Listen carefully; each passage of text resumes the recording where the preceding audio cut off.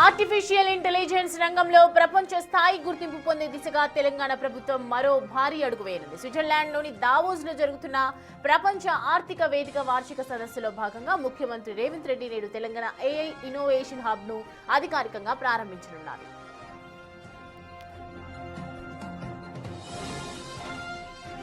ఈ టీఏఐహెచ్ కేవలం ఒక కార్యాలయం మాత్రమే కాకుండా ఏఐ ఆవిష్కరణలను వేగవంతం చేసేందుకు ప్రపంచంలోనే తొలి స్వతంత్ర ఏఐ ప్రయోగ వేదికగా పనిచేస్తోంది.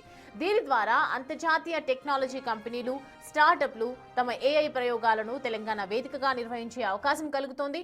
తాము కేవలం పెట్టుబడులు మాత్రమే అడగటం లేదని, ఏఐ భవిష్యత్తును నిర్మించే ప్రతిభకు తెలంగాణలోని పెద్దపీట వేస్తున్నామని ముఖ్యమంత్రి రేవంత్ రెడ్డి ఈ సందర్భంగా స్పష్టం చేశారు.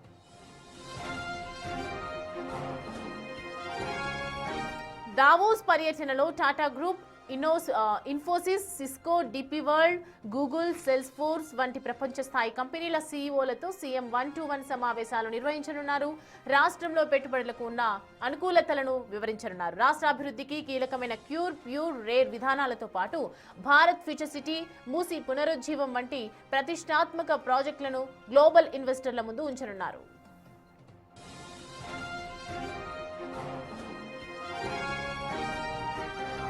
ఈ ఏడాది దావోస్ సదస్సుకు 130 దేశాల నుంచి సుమారు 3,000 మంది ప్రతినిధులు, 64 మంది దేశాధినేతలు హాజరవుతున్నారు. ఇంతటి భారీ వేదికపై తెలంగాణను ఒక గ్లోబల్ ఇన్వెస్ట్మెంట్ హబ్ గా మార్చడమే లక్ష్యంగా సీఎం రేవంత్ రెడ్డి తన ప్రసంగాలను సిద్ధం చేసుకున్నారు.